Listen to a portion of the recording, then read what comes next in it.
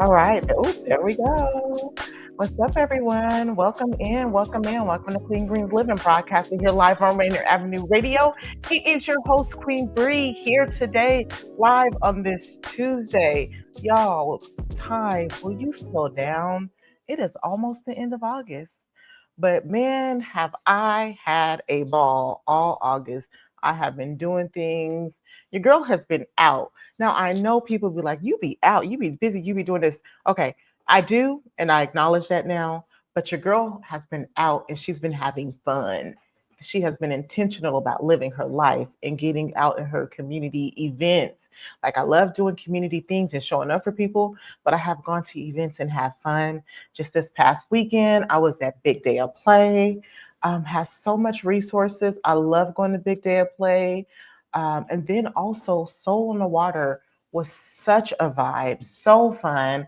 It's amazing watching my daughter perform. That's one of the reasons why I went to see my daughter perform, and she killed it per usual. But just being on the water, being in community with people who look like me, I did some painting.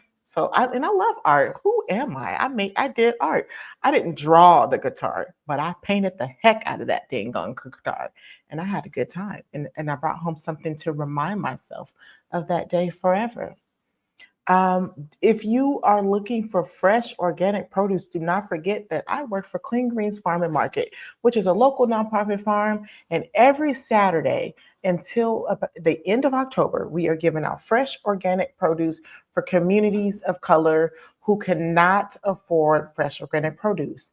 If you are not a community of color and you can afford fresh organic produce, you still can come visit our stand and buy farm fresh produce. Instead of going to your store, you can come into our market and get it straight from the farm. And it is fresh, it is good, it melts like butter in your mouth. So please join us every Saturday from 11 a.m. to 2 p.m. 124 21st Avenue in Seattle. It's right outside of New Hope Baptist Church.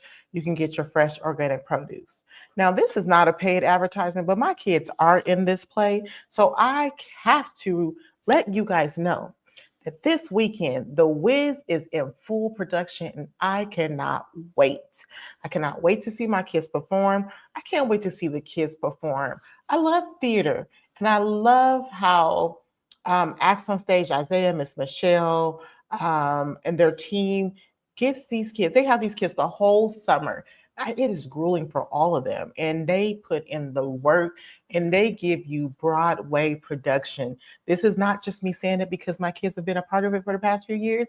This is amazing, amazing work, amazing singing. You guys must go and check it out. It will be Friday. They have a matinee show, which is more geared towards daycares and children. And then they have the evening show, and then they have a show on Saturday and Sunday.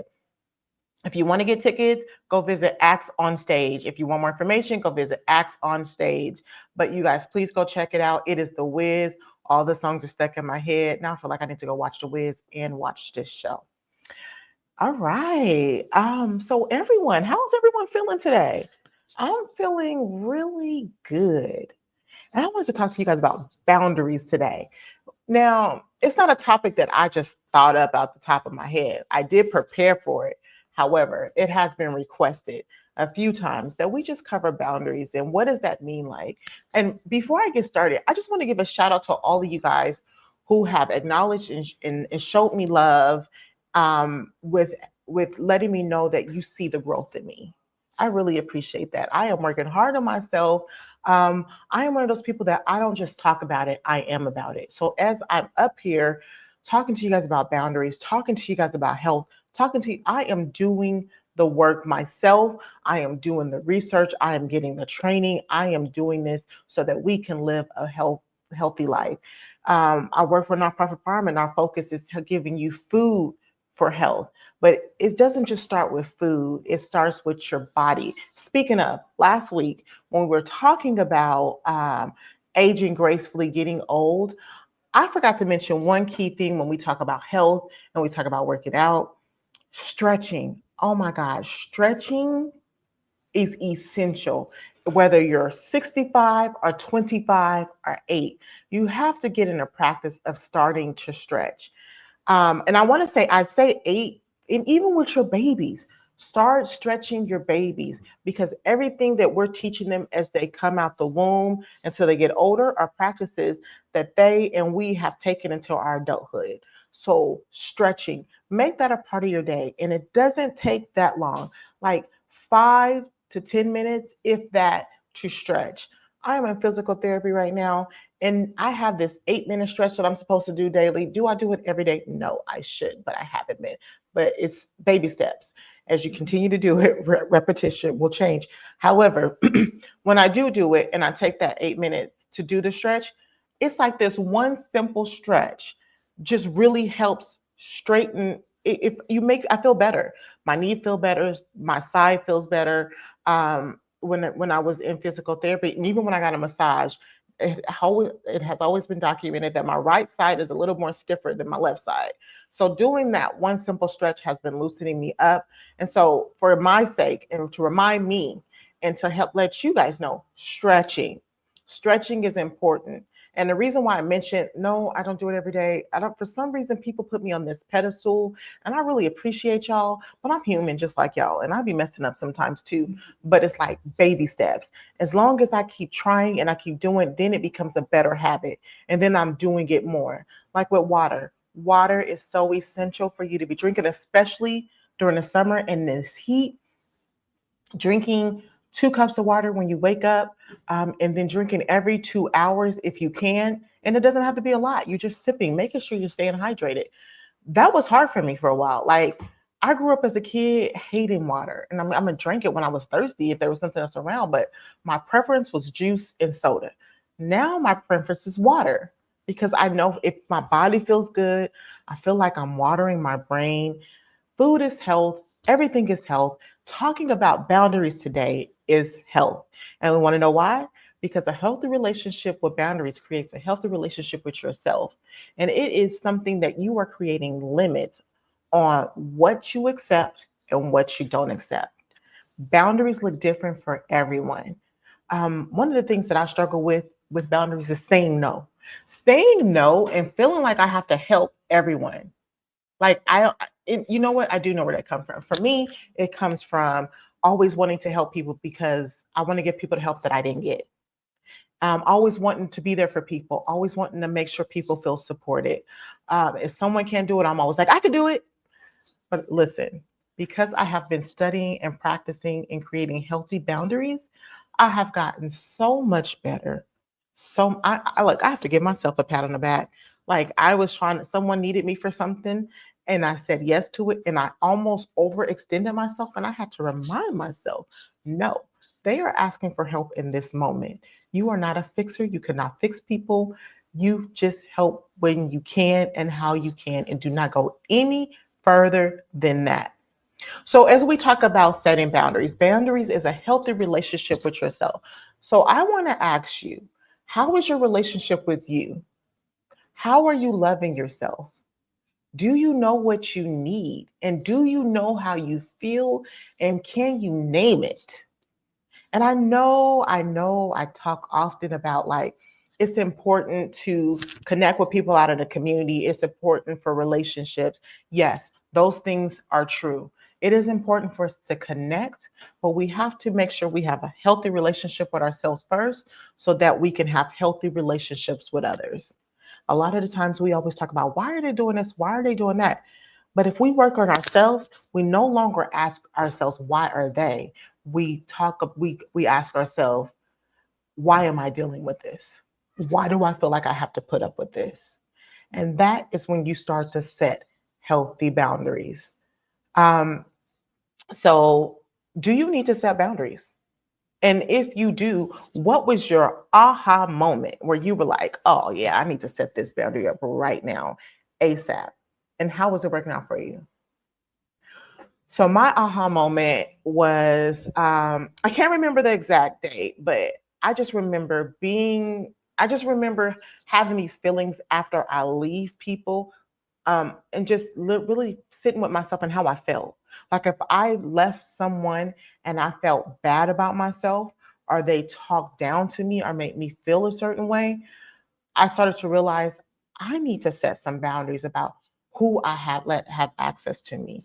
I also realized I needed to set boundaries and say no. Oh my God. Saying no is like a cuss word for me. How do you guys feel about saying no? I know I feel like some of the people close to me, it's a hard word to say. No. No is a complete sentence. But for those of you who struggle with boundaries, I got you. So listen, one of the ways that you can set boundaries is sitting with yourself, right? Sitting with yourself and wondering, like sitting with yourself and getting with yourself and like, why do I feel like I need to set this boundary? What is it about this that is affecting me? And once you get with that, you want to start making goals. Yes, yes, yes, yes. When you are setting boundaries, you have to set small goals for yourself, small attainable goals. So, as saying, like for me, when I started to say no, I didn't start off saying no right off the bat, because again, that's like a no word for me. No, couldn't even come out my mouth. So, what I started to do was re download new words in my vocabulary to help me. So, if someone asked me to do something, I learned to pause, not so long to where we're in a show and we're just pausing for 5 minutes, but pause before you answer. And if you, and then think, you can just say no or pause and say, you know what? Let me think about that. Let me check my calendar. Let me get back to you on that. And then you can think about it, you can process it, and then you can come back and say no. I used to be like, yes, I can do it. Yes, I can do it. No, you have to pause. You have to start re-downloading things. You have to rewire your brain. You are literally unlearning something that you learned as a child and replacing it with something that's going to be helpful for you as an adult. So when I say that, it's like, I know in my family, our family, I grew up with our family doing acts of service to where we sacrifice our personal lives to help others. And I grew up and I realized that's not something I want for myself or my family, but I ended up doing it because it was a learned behavior. Me and my friend, we talk about things and we're like, why do I do this when I was raised to believe in this? It's like, and my mom had this famous line, do as I say, not as I do. And although I heard her say that, I still modeled what she did. Our children are modeling what we do. So that's another thing that made me realize I need to set some real good boundaries because my kids are not just, they're not listening, they're watching me and they're learning my behavior. So we are literally just rewiring our brains. And it's not to say that what we were taught as children were wrong. It just doesn't benefit you now as an adult. And your life is not the same as your parents' life. I think growing up, we were just trained and taught to be specific like our parents. And I think that's sometimes with some of our problems when we're going crazy because we're like, this is what I was taught, but this isn't how I feel. So just remember, as you're learning to set these boundaries, um, it's okay. It's okay to feel weird. It's okay to be scared. Boundaries is I don't setting boundary, that word really affects everybody. I want you to sit with yourself and think, when I think about the word boundaries, what does that mean to me? How do I feel inside? Like when I think about boundaries, this nerve, and when I think about like when you think who are you setting boundaries with? Like, are you setting, and you can set them with anybody. I know we have this great saying that like you only get one family, you only get one mom, you only get one dad. Your mom is your mom, your kid. And even I have to think about this with my kids. You can set boundaries with your parents. You can set boundaries with your kids. You can set boundaries with anyone. I know for myself, oh my God, I have to set boundaries with me and my kids. I hate to tell these kids no. I hate to discipline them. But also, me constantly saying yes and giving them what they need is not for their benefit. So I had to learn to set boundaries with me and my children. And my eldest had to learn to give us boundaries as her parent. And it was shocking at first, but then I realized no, she is learning how to advocate for herself.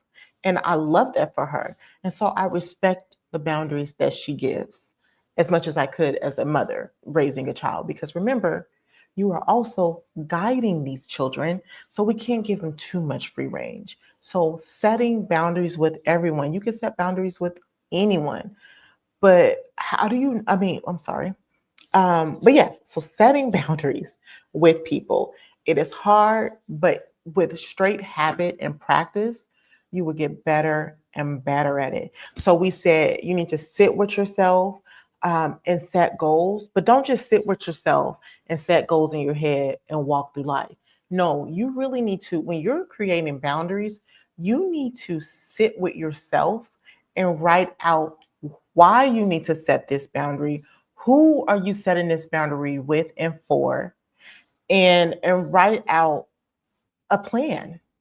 How am I going to do this when this person comes up to me and asks me to do this, but I'm trying to set this boundary with them and I can't? And when you get scared to set the boundary, what I'm starting to learn from myself is I have to make sure at the forefront that I am not betraying myself when I'm dealing with other people. And if you guys are listening and you have questions and you want to talk to me, please feel free to type in that chat and I can see what you're saying and I will respond back and answer questions. So, sitting with yourself, writing it down, getting a clear vision and plan on why you're setting this goal and why do you feel like you need to. And get a coach, a therapist, or a friend. You need someone who can help support you, because if you're not used to setting boundaries with someone, and which is crossing a line, you're saying, I will accept this, I won't accept that, and you're making it clear. And you don't always, people feel like they always got to cuss somebody out or be mean to someone to set a boundary. You don't have to do that. You can set a boundary strictly by just saying, I can't do it. No, I can't do that. Let me think about it. Or if until you get comfortable. What else do I have for you? Um, Dang, I done talk so fast. I'm like, are you guys understanding and getting what I'm saying about boundaries? So setting boundaries is setting a clear vision and clear guidelines on how you expect to be treated, what you are and not willing to put up with. Setting boundaries, what I'm learning too, is we always get into this practice of thinking we're setting boundaries with someone else. We're stopping someone else for doing something. But the most important boundary and the hardest one is setting a boundary with yourself on what you will and won't allow. Like, I don't even look at it as I'm setting boundaries against a specific person anymore. It's about me. I'm setting boundaries on myself. What is this that I want for my life? What am I willing to accept? And you could be empathetic and still set boundaries. Like, I feel for someone, but at the end of the day, I can't change anyone. I can only change how I'm reacting and acting to something. And when you set boundaries, you have to understand not everyone's going to understand what you're doing. It is hard. Not everyone's going to understand. They're going to think you lost your mind.